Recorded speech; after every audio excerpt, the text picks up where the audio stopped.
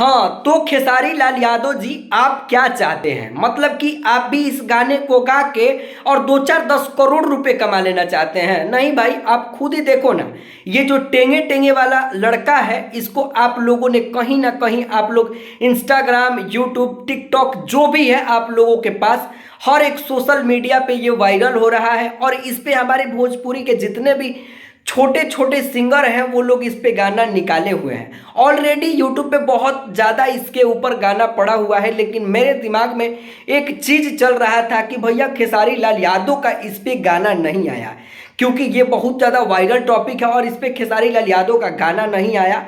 और अखिलेश कश्यप एक गाना दे दिए हुए थे अरविंद अकेला कल्लू को, वही वाला कि देवर संग रहबू कि पति संग रहबू कि देवर संग रहबू। फिर दूसरा गाना भी दे दिए कि साफ साफ बतावो कि पति संग रहबू आ कि लवर के संगे। और ये बहुत ज़्यादा वायरल हुआ और खेसारी लाल यादव को गाना ना दे के अखिलेश कश्यप बहुत ज़्यादा टेंशन में आ गए थे।